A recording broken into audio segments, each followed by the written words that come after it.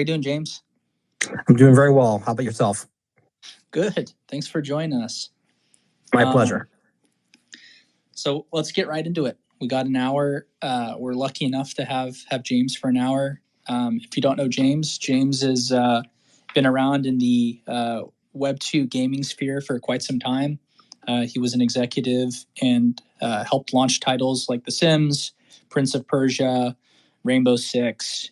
He's launched in plenty of games that you've heard of or have played, and he's been has had a huge impact on the gaming industry as a whole. So we're really excited to have him here today to talk about Swords of Blood and the Web3 gaming sector as a whole. I hope that's a good intro, James. If you have anything to add, Thank you. Feel free to add whatever. No, I appreciate the introduction. I will date myself. This will be my 36th year in the gaming industry, so it's been a long road. You've actually traveled from Web2 to Web3 and beyond. I have, and I thought that I think Web3 for me is the kind of and I'll get into that later, is kind of the next direction in gaming as far as community building and ownership. So I think that's kind of where we stand with that. Awesome. Well, I think it'd be awesome for you to talk a little bit about your background and how you decided to transition into Web3 gaming. Give people some context on like your journey. Well, this whole thing really did start when my mom worked for a company that was making the original Pong game. So she got one of the beta versions of this device and brought it home, and I literally sat on that for like 2 days playing it. Kind of how you do now with an MMO. Where you sit there and order pizza and you sit there for 2 days and play it straight. Some people do. I did. So anyway, it just clicked for me. This is something I really wanted to be a part of. It was a new idea, and then obviously the coin arcade stuff started happening. When I was growing up, pinball machines, the Atari machines, and things like that. I have to admit, I did win a few tournaments in video games in my lifetime, but the weird thing was I was also an athlete. I played soccer in college and I played soccer in high school, so it was kind of an anomaly that I was an athlete and I was also a super game geek. I got my first opportunity to work on a game when my dad shipped me off to Minnesota for the summer to see what the farm life was for the city boy. And my grandpa realized that I was not into farming or anything like that. And as much as my dad hated my whole thing with video games, there was a company called Mech that was in Minnesota, and they were near my grandpa's house. So he hooked up with somebody and he got me a small internship. So it's actually longer than 36 years. So when I was 16, I was working on the original Oregon Trail as a junior coder, which means pretty much I was kind of a sandwich boy. I did some coding here. I didn't get on the credits, but I was in the room. I was part of helping. I did write some of the scripting. So it was, I never realized that this game would take off, the way it did. So that was kind of my first foray into gaming. And fast forward, into high school, and I did internships with different companies like Maxis and things like that. I was actually hired by Maxis out of college and worked with Will Wright, which was an honor and a pleasure. I'd love to work with him again someday. If you haven't met the man, he's brilliant and just an absolute gem as a person. Got the opportunity to work on SimCity 2000, then The Sims. The Sims was a project that, and this is crazy, the EA actually rejected The Sims. When EA bought Maxis, they wanted nothing to do with this idea that Will had about The Sims. So basically, he hired a crack group of people, me being one of them, and we worked in his fucking garage making The Sims. So, so we basically were getting paid a lot of money and working in his garage and, getting fed well and all that. But, we're making really good money. And so long story short, we were the people who made The Sims, and he brought it back as a playable to EA. And of course, they loved it. And then he said, well, he gave him a huge royalty. He wanted a huge royalty from it, and they paid him. So Will's just making a lot of money off The Sims, just doing nothing now, and he deserves it every dime of it. Mm-hmm. But fast forward, I moved to the learning company. I work with Kevin O'Leary, Mr. Wonderful. You see him on Shark Tank all the time. He's not so wonderful, by the way, but I learned a lot about retail and sales from him. There's probably nobody better in marketing and retail marketing than him that I've ever met. So I learned a lot about that from him, working directly with him. We published certain titles. We were publishing Rainbow Six and Ghost Recon at the time, so I got to move over to their teams and do all the marketing for Ghost Recon, Rainbow Six, before Ubisoft bought them. I worked on Command and Conquer. I've worked on so many titles. It's limitless. It seems like, and I got an opportunity. Flash forward years later. These young guys came to me from a company called Artifacts Mundi, and I really liked their ideas, and they were doing hidden object puzzle adventure games, and then they kind of showed me this title, and they called it Go to Damarong at the time. And anyway, a couple of years later, I ended up being their business dev director. Stayed with them until they went public. And once they went public, they greenlighted Go to Damarong, but they called it Bladebound. So Bladebound was one of the games they greenlighted, and I think it's an amazing game. The problem was that a few other titles they greenlighted lost Artifacts so much money that they basically had to almost went bankrupt. But they had to go back to hidden object puzzle adventure games. And when they were doing that, I was talking to them, and I'm like, well, what about Bladebound? They basically did nothing with Bladebound. They built it, and then they were like, didn't have the money for user acquisition, didn't have the money to do all the things they wanted to do, didn't have the money for the roadmap. So one of the guys who actually created Bladebound, Mariosh, I think he might be on the call with us today, and myself said, well, we'll take the game and we'll move it forward, doing what was supposed to be done, which was adding community-based gaming, adding PvP, 4, 8, and 16 player multiplayer, adding a PC version and being cross-play. And those are all easy Web2 things to do. And then we were thinking, well, if we're truly going to make this community-based game, and I was getting pissed off about all these game packs people sell and how worthless they are. I mean, literally you buy a game pack and, it just sits there on your phone, or if you switch to a different character as in an RPG, you can't even use the sword anymore. So why not give people the opportunity to, if they buy something, they can actually trade it or sell it? It's been done, with Diablo on PC before. It's obviously done on World of Warcraft. But never on a mobile game like this, on a free-to-play mobile game. So blockchain gave us the ability to do that. So it gave us the ability to what they called, we could turn these items into NFTs, but we call them game utility tokens. So we don't use the word NFT. We're going to try to change the word to something else, because it's not an NFT. Really, this thing plays in game. So it has utility. It is in the game. So if you trade a legendary sword, you buy it as a GUT, and it plays in your game immediately. And also, everything about that sword, as far as its history, is etched into this history. So basically, if Shaq owned your weapon, you would know it. And if it won a tournament, you'd know it. How many kills it has, it says. So it's all there in history about the game, about the item itself. So we were really happy about the whole thing. Things were moving great up until of course the dreaded crush of the market comes down, which we had no idea was going to happen. And of course, no one probably did. And then FTX happens. So what we're having to do right now is we delayed all of our investments and things like that. And we're having to tell people, because the word blockchain has got a really bad it's a bad connotation at this point. So what we're telling people is we're taking the best of what Web2 has and the best of what Web3 has. We're not a Web3 game. We're not a Web2 game. We're both. And we're taking the best of both worlds and meld them into one. So we're going to give Web3 people a full-blown AAA game experience. And no bullshit game. We're talking about 60 frames per second, 4K, real world game, where 150 hours of gameplay, 4, 8, and 16 player multiplayer, crossplay PC mobile, possibly console PC mobile, crossplay. A game that really doesn't exist out there in Web3. And then Web2, we're going to give all those guys the ability to share and sell the items they've spent their precious money on, and still be able to play, because basically we built a front end using our good friends from SphereOne here, Simplex, and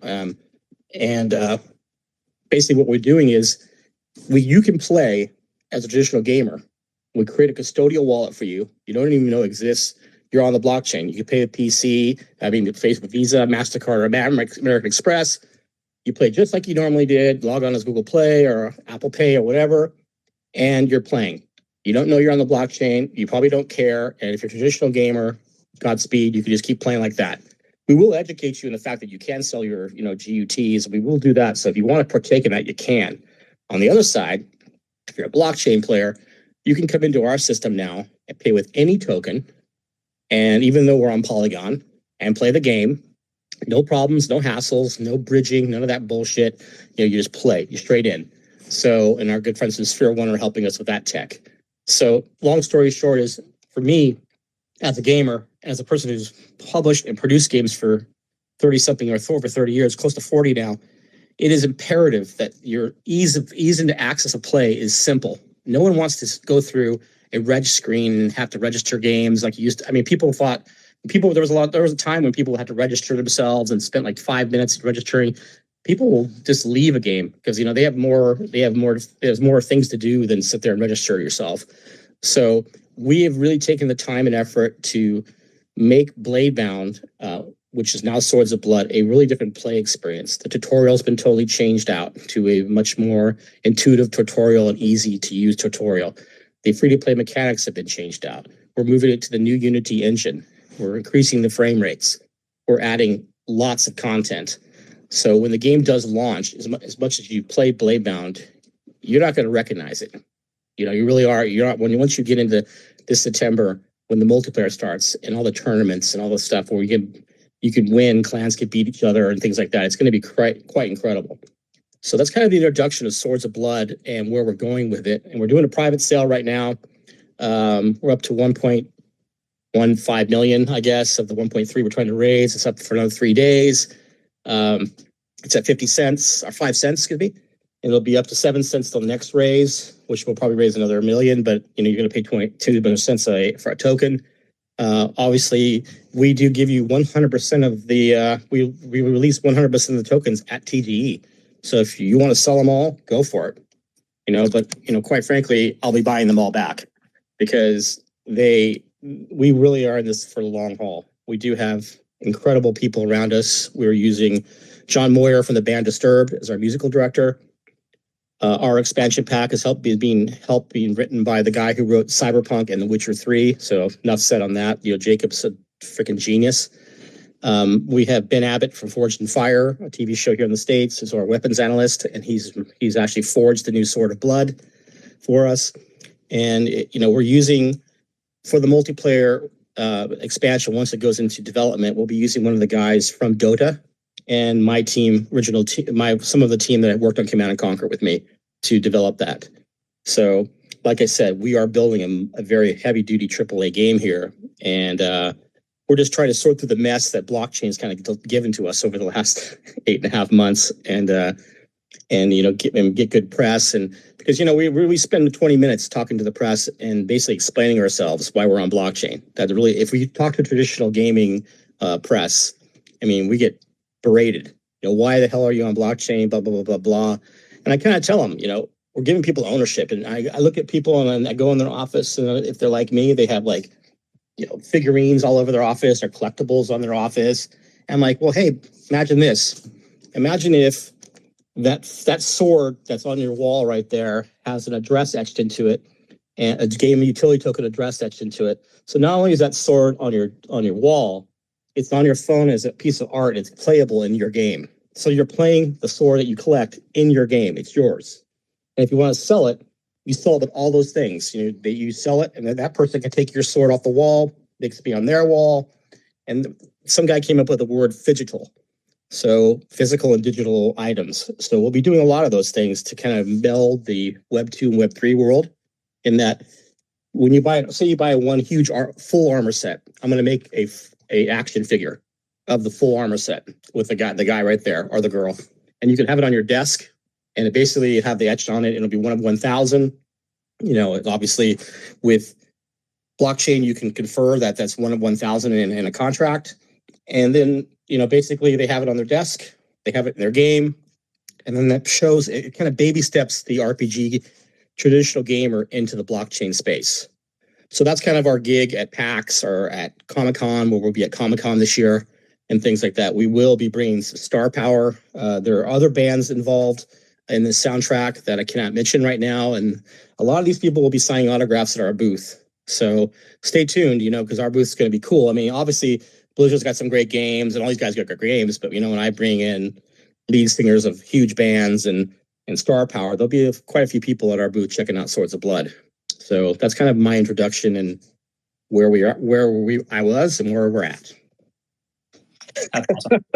I mean, that's it. That's definitely a good intro. I remember when we were first looking at Swords of Blood, it was kind of like, you had your play to earn games that were still very much in the mix, but it was very rare where you saw like a AAA gaming studio that was positioning themselves as like a blockchain game. And I thought it was very unique and interesting that you were bringing like prior IP from like Web2 space. You were focused on mobile. You were thinking about the cross-chain angle. You were thinking about the chain that you were going to build on as a way to pull in users with low cost, like microtransactions. So it was cool to see that develop. I feel like we've had this like proof of a concept with blockchains, which were kind of a little bit rough around the edges to start, and it's definitely exciting to see games like Swords of Blood that have attention to every single little detail, whether that's just like the music, the story, the business model.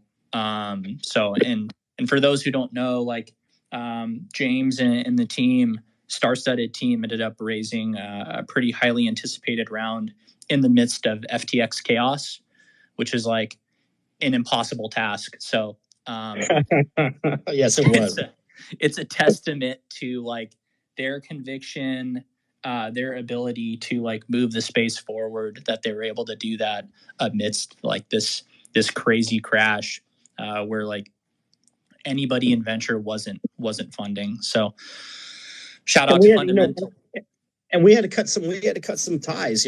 We had to refund some money and cut some ties with people who were involved with Alameda. In fact, we moved off Solana. Nothing against them. I mean, nothing against the team from Solana, but they were very heavily invested by Alameda and had ties to FTX, so they had to go. Because as an as a person, I don't want the scrutiny from the FCC.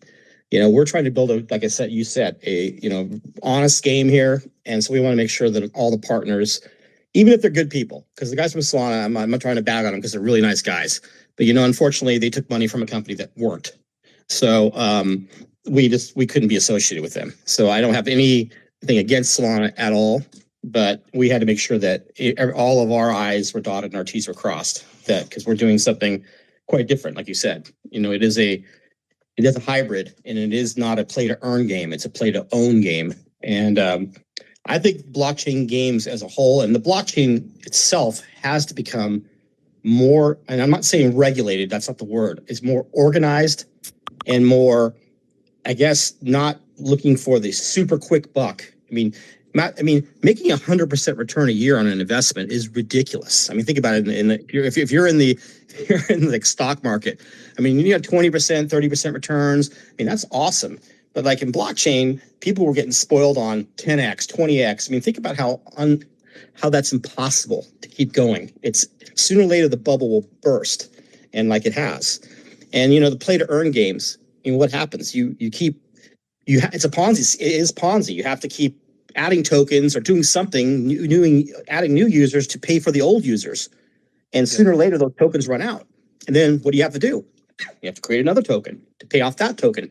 And it just keeps going and going and going until sooner or later, the bubble just blows up. And Axie Infinity is one of those companies that is going to have to address that. They're going to have to. The play to earn games, to me, are not a good fit anymore in what I would call the new blockchain gaming world. They just aren't.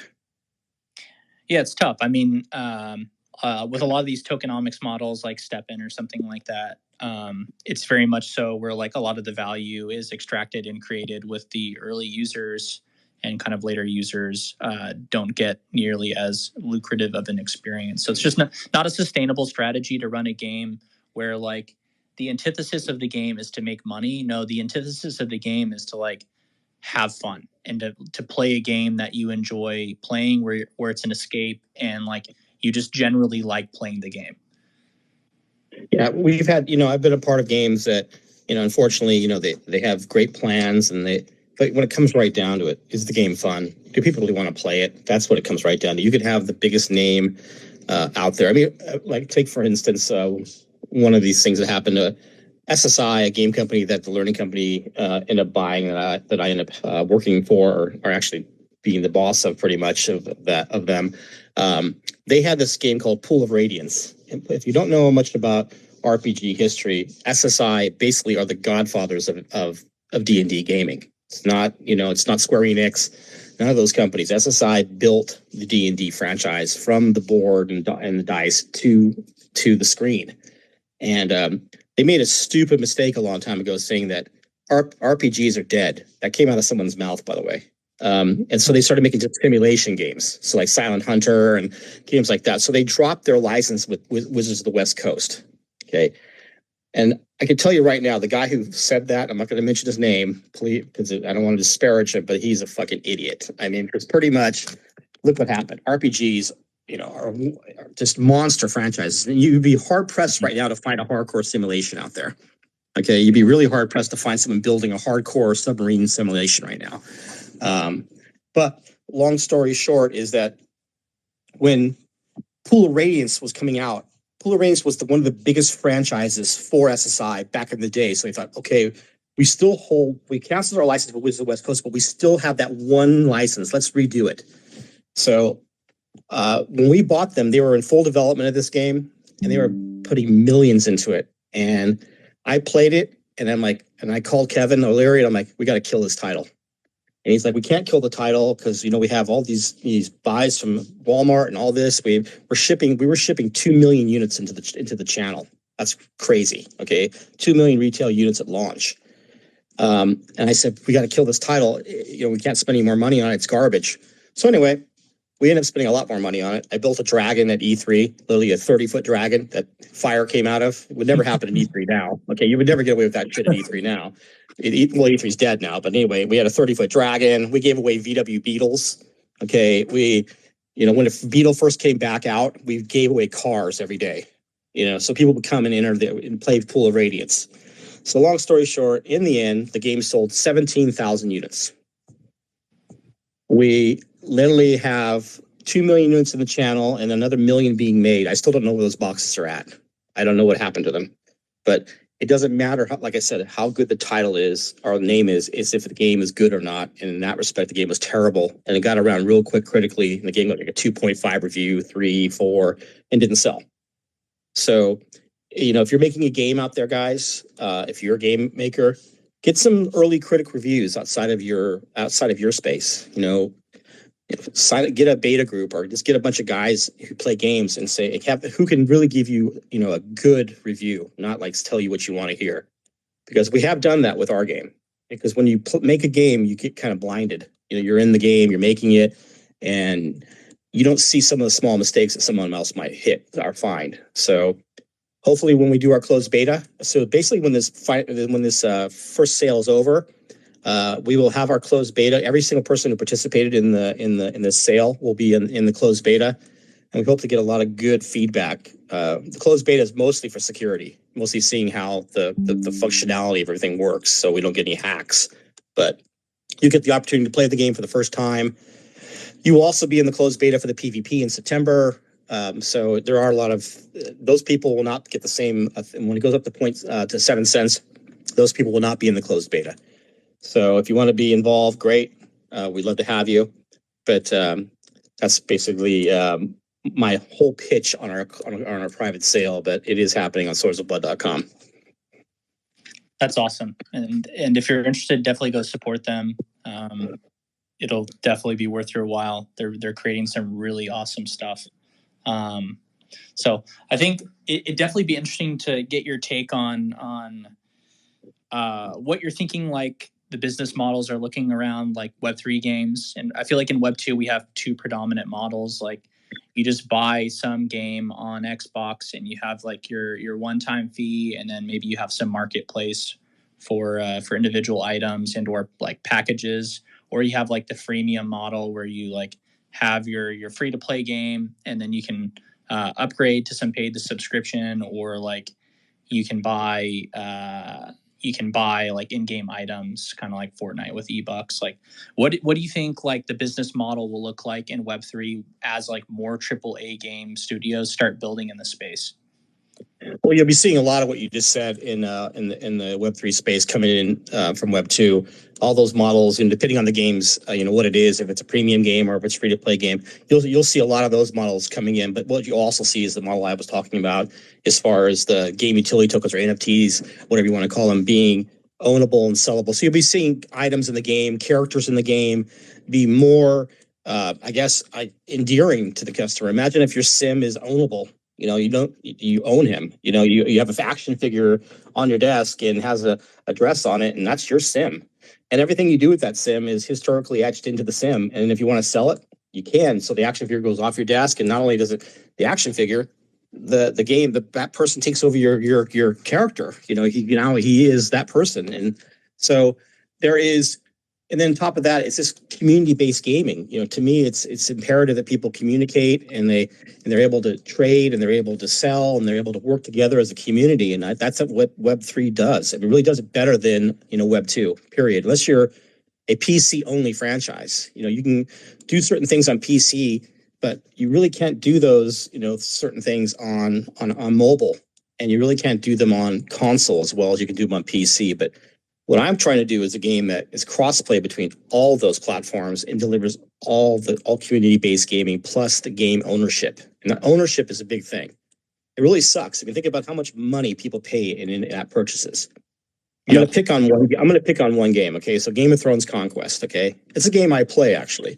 It is the biggest play-to-win game I've ever played. I mean, there's no possible way you could not have to spend money on that game or you'll just be wiped out. I mean, literally, you have to put a shield up so you don't get wiped out. But the shield costs so many tokens that you could never earn enough of them. You could never earn enough to keep yourself safe, which is bullshit, right? So you have to end up paying just to keep yourself safe. And so I don't want to build a game like that.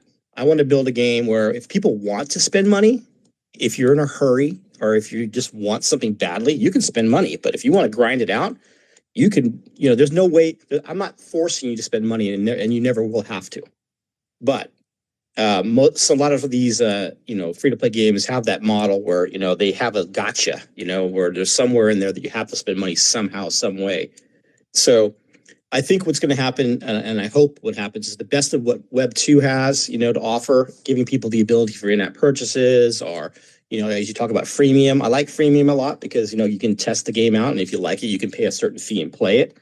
And then the best of what Web3 has, which is basically game community building, owning your items, and those items also being verifiable, which is kind of cool because, smart contracts, it's pretty locked. I mean, there's 1,000 of them. Shows you the number. There it is. It's verifiable. There's 1,000 of them. I've been to so many Comic-Cons where I'm a huge Speed Racer fan, so I'm going to date myself, but Speed Racer was kind of the beginning of what anime is now. I mean, Speed Racer was like the coolest cartoon when I was a kid. And you have no idea how much crap guys trying to sell original Speed Racer stuff from like the 60s. It's brand new stuff. They just created it's bullshit. And it's not verified. There's nothing verifying it. Mm-hmm. So it would be cool those Speed Racer toys would actually have a address on them, a blockchain address, because then you could verify that it actually was real. And it's actually one of 100. So I see basically in a nutshell that the best of Web2 and the best of Web3 will come together.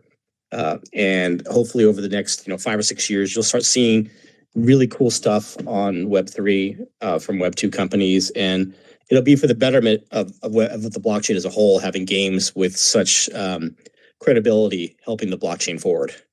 Yeah, I think that's a good take.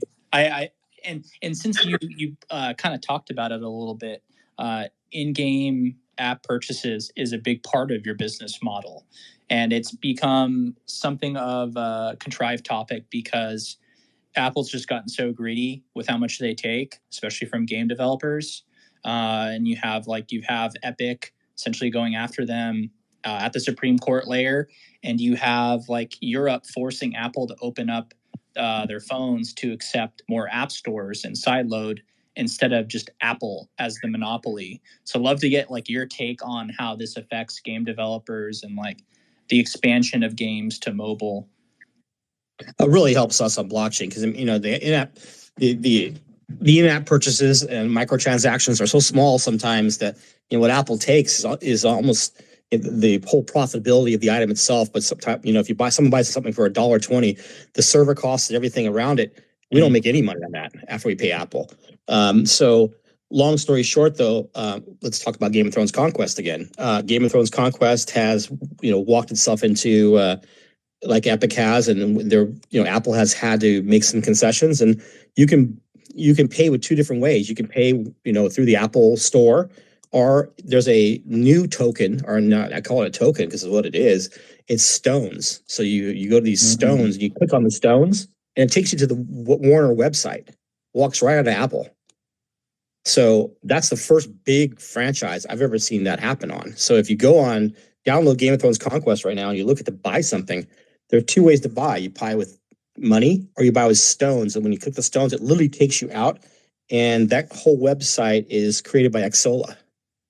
So Xsola is now, you're paying Xsola 3, 4, 5%, to do that for you versus 30. So that's what we'll be doing. We'll have a way for you can pay with on Apple if you want to, but we're going to be able to take you out of the Apple website.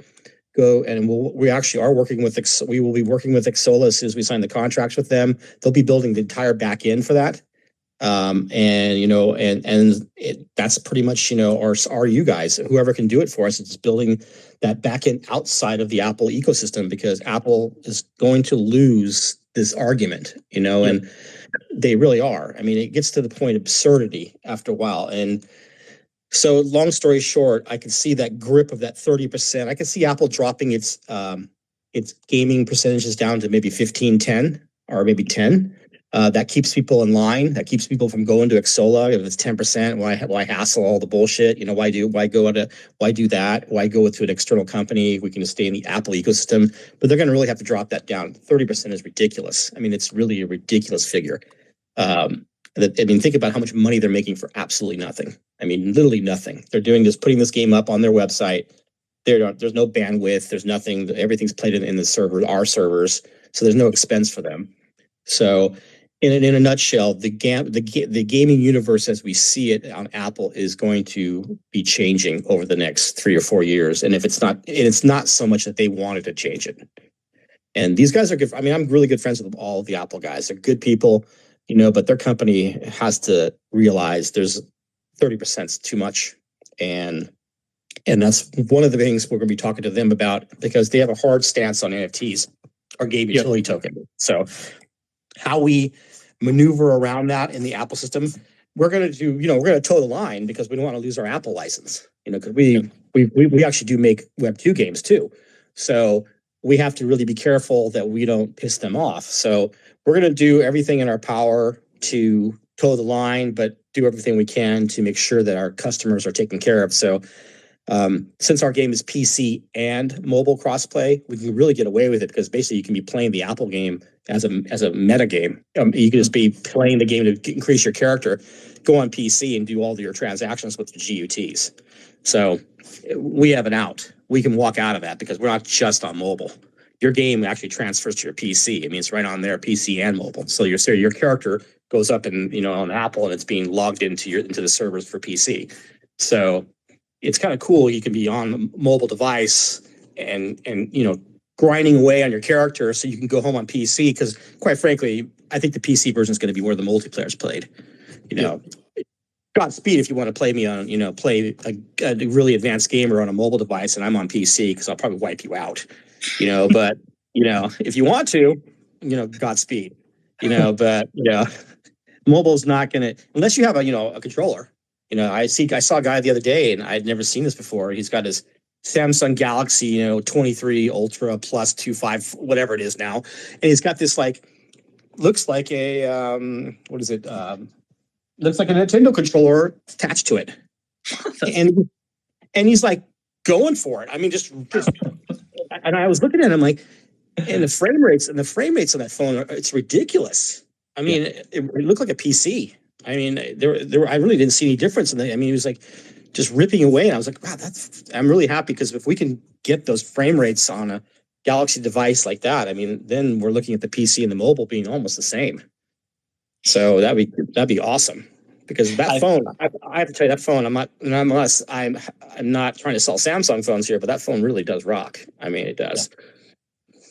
I think this opens you up to like such an impactful experience too, because then like by shipping this blockchain based game on mobile, you then are able to cater to audiences in other countries, right? Like you have like this edge compute platform at the hands of some guy in like Indonesia or Nigeria or anywhere else where like maybe in like the early 2000s they had no ability to access games because they didn't have enough compute to make that happen, right? Right. So the bar's been lowered, so you're able to get way more users and have such a big global footprint. So it'd be interesting to like hear about like your go to market and how you're thinking about like some of these emerging markets as players of your game. Well, for China, for instance, the games never really came out there. It came out for a little bit on iOS. It was pulled off because of censorship. It's bloody. It's everything that it will fail on. So there are quasi. I'm not saying pirate channels, but there are companies we'll be partnering with in China that will be able people will be able to download our game. It won't have to be on censorship. The game is a free to play game, so you can play for free if you want, and or you can pay, for transactions. So we're not really worried about people pirating the game. We just want people to play it. But we have a company that I used to work with in China, and they'll be putting up servers internally in China, so we don't have this latency through what we call it's basically a firewall between China and the rest of the world right now. There is a huge latency. So Steam players, if they want to play on Steam directly, then the latency is so bad you don't even want to play the games in Steam in China anymore. And the crazy thing is, and this is really super crazy, a VPN is a felony. Imagine that. Yep. Imagine if you're going to the subway station, there is security at every subway station in China, and they randomly check phones. So they're basically some kids coming in there, and one day you just randomly get checked, and guess what? You were playing some game on VPN. You're arrested right on the spot, and not only are you arrested, so are your parents. Yep. So so we'll have our own servers up in China. We will partner with companies in Indonesia and Malaysia to have the same thing. So they have infrastructure based in those countries. We are looking into partnering with a couple companies in Vietnam right now. So we want to make sure that where all the people are for hack and slashes and all the fans are, that they'll have the ability to play our game with very low latency. So Asia is pretty much the problem. India, we have a partner in India as well that will be helping us build up our infrastructure there, because India is a really untapped market, it really is. But there's the piracy in India is what it used to be in China 7 years ago. It's rampant. I mean, You go to India and like there's so many knockoffs, you don't even know what's real over there. Someone's walking around with like a $5,000 Armani suit. It's probably not really a $5,000 Armani suit, but because they're all ripped off over there. Like China's kind of really cracked down on that. So, but India's kind of the new player over there. Yeah. So we do have a global strategy. Obviously, what we do in the West and what I've done all over will be done. We'll kind of duplicate that. We have a marketing plan that will. The first marketing plan will be for the Web3, and then we'll have two different PR ad managers, by the way. So one for Web3, one for Web2, because they're different animals. But we will be taking the game on the road to all the traditional gamer shows, because you can't write those people off. I mean, traditional gamers are 95% of the market. Yeah. So bringing them into blockchain, that's the gig. Okay. And let's stop talking about Web2 and Web3 as two complete different systems, because they're not. They can work together. They could be teammates. They could be partners. And so I would call our new game a hybrid. And that hybrid market game. Yeah, and then you're able to use like blockchain based technology to emphasize community and like reduce game lock in and all the great things that like you talked about earlier. So it very much is like synergistic between both markets. And I think the great thing with Swords of Blood is like from the very beginning, you've been thinking very, very hard about how the opportunity of onboarding Web2 users and how you can tap into like blockchain technologies and infrastructure that is at the forefront so that you can totally abstract that out of the equation. Now you're working on Polygon, so you can tap into like zk EVMs and smart wallets, so people don't have to pay for gas. And so, right, exactly. Huge testament to like how you guys are thinking about the future and abstracting out this kind of like blockchain component, so that like the user has no idea what rails this thing is built on. And the classic thing is, imagine this: you come to PAX, right? And there's the lead singer of some really super cool band. I'm not mentioning names, but they are a band that plays to 70,000 people right now. Yes. And so the lead singer's there. He's signing autographs, and he's got a special weapon, of course, that we named after him. It's going to be put into the game very shortly. And now he's signing these letter size. They're basically small, but they're letter size opener versions of that sword that Ben Abbott forged in Fire originally. So he's signing these things. So you're a traditional gamer. Guess what you just did? You bought an NFT. Yep. And you didn't even know it. Because guess what? You're going to go home and you're going to put that address into the game, not even knowing it's an NFT address, and that's a playable item in our game. And that's how we're going to baby step people into what game utility tokens are, because we got to wash away the monkeys, guys. We got to wash away the NFT monkeys and all the absurdity and stuff like that. What people think was absurd about the blockchain, and I know a lot of us made money off it because I did, but let's start thinking about profitability and more of a sustainable model. I mean, I would love to have 100x all the time, but that's not sustainable. So let's start in the blockchain. Let's start thinking about, 80, 90, 100, 200% being really awesome. I mean, like 200%. Imagine if every time you invested, you made 200% on your money in a year. You'd be a multi-millionaire very shortly in your lifetime. So but I have to tell you, we're not going for 200%. And we still are set at, at a 20x. I mean, we still are set at, that's my definite goal in the next 18 months, because we have a game that people will spend money in. We have a game so when you're spending money, it's going into the blockchain. You're buying tokens. So we are, we are increasing our token value just by the game playing itself. Yep. The game, people are buying things in the game and buying action figures and all those things are through the blockchain. So we really think that that's going to be huge. We're not, draining our supply of tokens from free, play to earn. We are showing a massive amount of transactions happening in the blockchain, which drives price. Yep. Yeah, you're focused on game utility. Right. And the items will not go up though. So they will still stay at the dollar value they were at. You just pay less on the blockchain. So if our token goes up to, from 5 cents to $5, you just pay a lot less of our token for an in-game item. Yep. We're not gonna juice people for, we're not gonna go up in value in the in-game items as the blockchain goes up. Yep. We're freezing the dollar values. Which makes a lot of sense. Because we want people to play.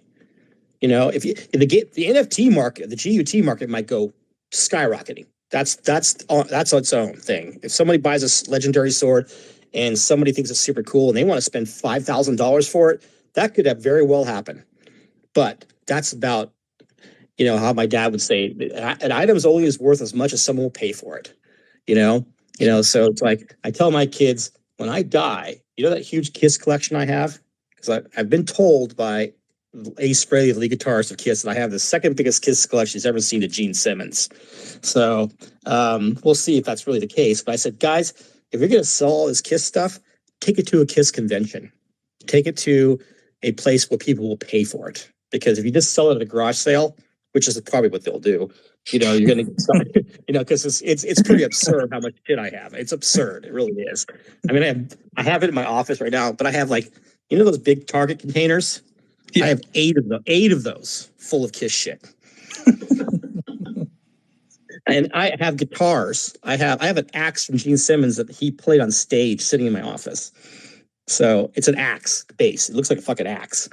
So it's ridiculous. I mean, I got so into that band when I was a kid. They were kind of like, they're kind of like a video game when you think about it. They were like a band with makeup on and all the explosions and the characters. And they had comic books. They were everything I was. So it's not so much the music, believe me, because the music's kind of but it was all about the performance and I've had the pleasure of meeting all the guys in the band and talking to them and kind of getting to know some of them. And Gene Simmons takes a lot of crap, and I know he's kind of a juice bag when it comes to like money and stuff like that. But down deep, Gene's genius. He really is. He's just really, and he does really dig Kiss. I think for him, it's going to be when they retire. I really don't know what he's going to do. All the money he has, I really don't, because he really just loves. I mean, think about it this way: he spends 2 hours a day before the show putting makeup on, and that whole crap he wears is 65 pounds. So he's wearing 65 pounds of equipment, 6-inch heels, and all that makeup, and he does that willingly at 70 years old. Or 67, I think he is now. But he does that, and I just don't know why, because he's worth like $700 million or $800 million, some ridiculous amount of money. But I think when they retire, I think a lot of what Gene is going to die. And Paul too. I don't know what they're going to do. I know what his plan is for Kiss. I've been in the conferences where they said what they're going to do. They're going to put 4 new guys out. So basically in 6 years, you'll see a new Kiss of 20-year-olds. So I don't know how that's going to fly, but Kiss will live on forever because the makeup and the characters will always live on. That's what he said. Yeah. So, but, for me, I think, having the ability, to reach all these people and to give them what they want on Web3, give guys the action figures and then the personalities the Web2 guys, and then giving Web3 the games that they deserve. I mean, no one deserves to play games that rip you off, and no one deserves to play games that look like they play on Atari 2600. No one deserves that crap. If you're a blockchain guy, you deserve to play a game that's developed by real game people. And that doesn't mean having one dude from EA getting paid $20,000 to be put onto the website. That means actual team guys have really, made and played games their whole life, and that's us. Yeah. Well, James, we appreciate all of the really great insights, and let's open it up to questions. Does anybody have any questions for James? He has tons of years of experience and he's learned a lot. So come on, don't be afraid to come on stage and ask some questions. Please.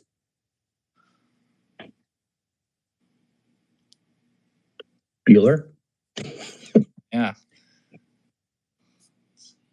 If you raise your hand, I'll promote you to speak on the stage, and feel free to ask away.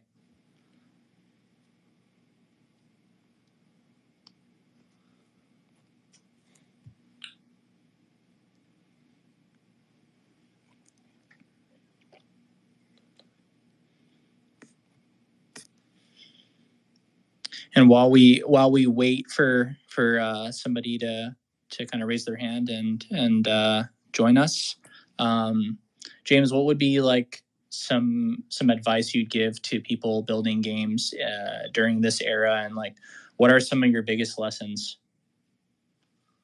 Well, some of the things that I talked about earlier, come up with if you come up with a really great game idea, you think it's a good game idea, really flesh it out, put together what we call a game, a game doc, game design doc, that kind of goes from what you want to do in the game, how you see the game happening. But you should bring that idea, to people you don't know, and people who will give you some, advice as far as, how they feel about the idea, and make sure they know that what you're doing is kind of verifiable. Because, what really sucks is, and this hurts, I go to a lot of game shows where people are pitching their games to me to publish. And it hurts me because I know I don't want to tell them, point blank, the game's idea is really terrible, but there's so many ideas. You just go, how in the hell did they come up with this idea? It's just never going to sell. And it doesn't, believe me. It never even makes it to the App Store. And these guys are getting, some money, and they're spending so much of their time. So just make sure that your idea initially has some value, and make sure that it's answering something that is selling in the game industry as a whole, or is something that's not out there that needs to be fulfilled. And then, of course, try to get a team around you or get a group of people around you that, can put this idea into fruition. So, and that's pretty much it. Basically, as you're designing a game, it's all about the design of the game and all the things you go for in the beginning, and then putting a team together to put that in place. And you can hire a lot of these guys. With COVID now happened, there's so many people who can work from home now. Artists, there's so many people you can hire externally. And so you don't have to invest thousands, millions of dollars into a game now. You can really be frugal and put at least a vertical slice together. So vertical slice being a playable. And then as a playable, you can, enter into all the different conventions as far as, I would enter into every single indie gaming contest possible. Getting one indie game award is going to put so many publishers in your face. I mean, and then you'll see, so the vertical slice being the very first playable, but then you're going to get a publisher to put the money behind your entire idea. So you're talking about the vertical slice being 10% of the actual game's development cost versus, and then them picking up the other 90. And then you'd be able to put your idea into works. But, winning a award at PAX or at PG Connect or all these hundreds of different shows will put you on the radar. And you look at a game like Crossy Roads, for instance. Okay, that game was picked up by a company because they went to a game show in Australia in the middle of nowhere that these guys for the first time showed the game. So this Chinese company, who I know very well, somehow that guy was there at that show and signed that game immediately, like I would have. And and for publishers like me, I'm out there literally looking for games like that. So these game conferences, if they're local, they're free for you as a developer. So attend them and go to them, show your game to publishers and get the feedback from them. And that's all I can base. You don't want to invest every money. Make sure that you do, get some people behind that vertical slice, take that vertical slice on the road and get it financed. I think that's good advice. And I think you tapped into, for those who don't know, James has built this globally distributed team of rock stars, and he's kind of demonstrated how you can effectively build a game and be focused on being capitally efficient. And how are you thinking about AI as a supercharger for rigging and game level design and stuff like that? Well, that'll be Mariosh's question. He's on here, but we are using that technology, and Mariosh will be who's in head of my game development. We do have a team that is working with that, and AI is a big part of the multiplayer experience, because you really cannot, you want to make sure, like I said, the ease of play for someone getting into the game fast. That's important. Someone getting into a multiplayer game fast, that's important. In the beginning, we're not going to be Call of Duty where you can log on and 27 guys are on boom and you're playing. So if we're asking for say 16 players to play multiplayer and we're building this game up in the very beginning, we're not going to have those guys all the time. So we're going to have to put in advanced AI technology to replace them as bots. So, and we have to make sure those AI components play like human beings. They don't play and that play balance. And that's another, by the way, I forgot to talk about that. Play balance. That is, I can't say enough about games than that. If you get a game that's really well balanced and it's fun, you'll see the money coming in. But people can sniff out a play to win game, or if your game goes out of play balance as a multiplayer game and you don't deal with it, they're out of you. They're out. I mean, some guy's got a sword that kills everybody all the time. And you paid $150 for it, all your fans are going to leave because they just realize that you're scamming them.